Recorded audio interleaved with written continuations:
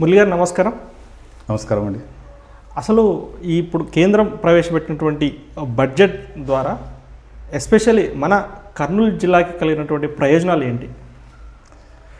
ఈ budget national budget కనుక మనము దీన్ని రాష్ట్ర వ్యాప్తంగా మనం గమనించిన సందర్భం ఉంటుంది. అయినప్పటికీ కూడా ఈ మొత్తం దేశవ్యాప్తంగా ఈ ప్రణాళిక ద్వారా వేసినటువంటి బడ్జెట్లో ప్రధానంగా మన జిల్లాకు ఏమి వస్తుందన్నప్పుడు ఇది ప్రధానంగా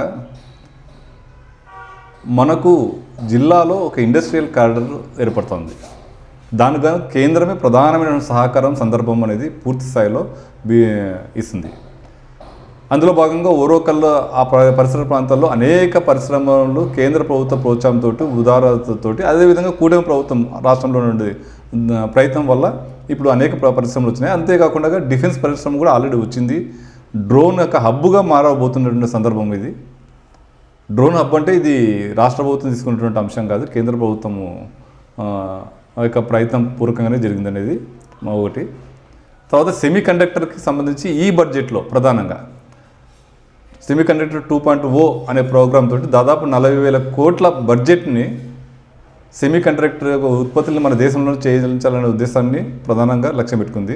ఆ సెమీ కండక్టర్ యొక్క కంపెనీలు కూడా ఇక్కడ మన కర్నూలు జిల్లా రాయలసీమ ప్రాంతంలో ఈ ముఖ్యంగా ఓరోకల్ హబ్ ఇండస్ట్రియల్ హబ్లో ఏర్పడేటువంటి పరిస్థితి ఉందనే విషయం మనము గ్రహించాల్సిన విషయం.